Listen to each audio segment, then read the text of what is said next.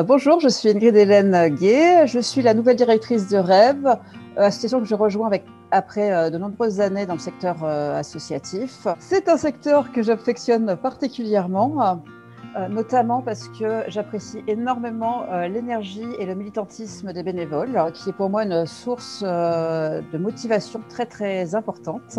Par ailleurs, je suis aussi la maman de 2 enfants, donc sensible à ce sujet. Je souhaitais aborder de nouveaux défis et notamment prendre la direction d'une association de dimension nationale avec une équipe salariée compétente, avec des bénévoles nombreux et motivés. Et chez Rêve, on en a 800 qui font un travail extraordinaire, avec aussi une dimension d'appel à la générosité publique et de transparence. Et là, Rêve, en plus, est reconnu d'utilité publique. Donc, pour moi, ça a été un peu la cerise sur le gâteau. Et puis, le sujet des enfants malades est un sujet qui est très sensible, qui me touche énormément. Voir le sourire qu'on peut apporter à ces enfants, c'est un vrai bonheur.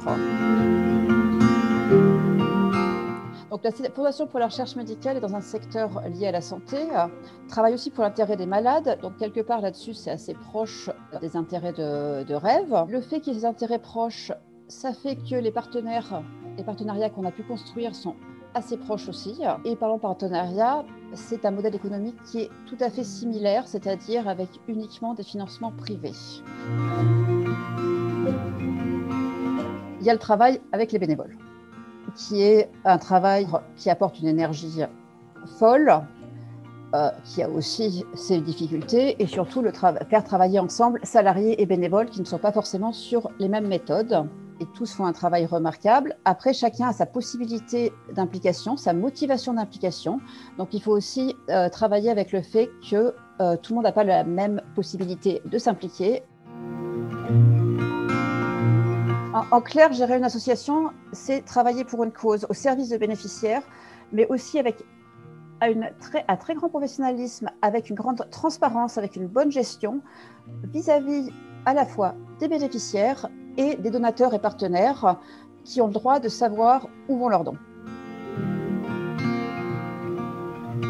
Aujourd'hui, on traverse une phase un petit peu difficile en France en général et dans l'association Rêve aussi.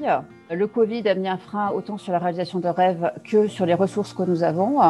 Et là, aujourd'hui, ma priorité, c'est vraiment de pouvoir maintenir le Rêve, voire augmenter le nombre de rêves, malgré la situation sanitaire et économique actuelle. Pour cela, il va falloir que l'association trouve plus de donateurs, plus de partenaires, plus de bénévoles et qu'on fasse travailler tout ça ensemble. Donc, le but, c'est vraiment de pouvoir maintenir, voire augmenter notre activité grâce à tout ce qui pourra être apporté par les bénévoles, les donateurs et les partenaires. Avec mon expérience auprès d'autres associations et les échanges que j'ai dans le secteur associatif, mon but est là de permettre une émulation avec les salariés, avec les bénévoles, avec tous nos partenaires, pour que Rêve reste une association toujours jeune et qu'elle puisse être toujours innovante pour le meilleur résultat auprès des enfants malades. Alors, idéalement, si j'avais une baguette magique, mon rêve, ce serait qu'il n'y ait plus d'enfants malades. Mais ça, je ne peux pas. Alors, mon rêve, c'est de faire en sorte que le maximum d'enfants malades, idéalement tous, mais on peut toujours rêver, mais que le maximum d'enfants malades ait une parenthèse enchantée et ce moment magique qui est la réalisation d'un rêve.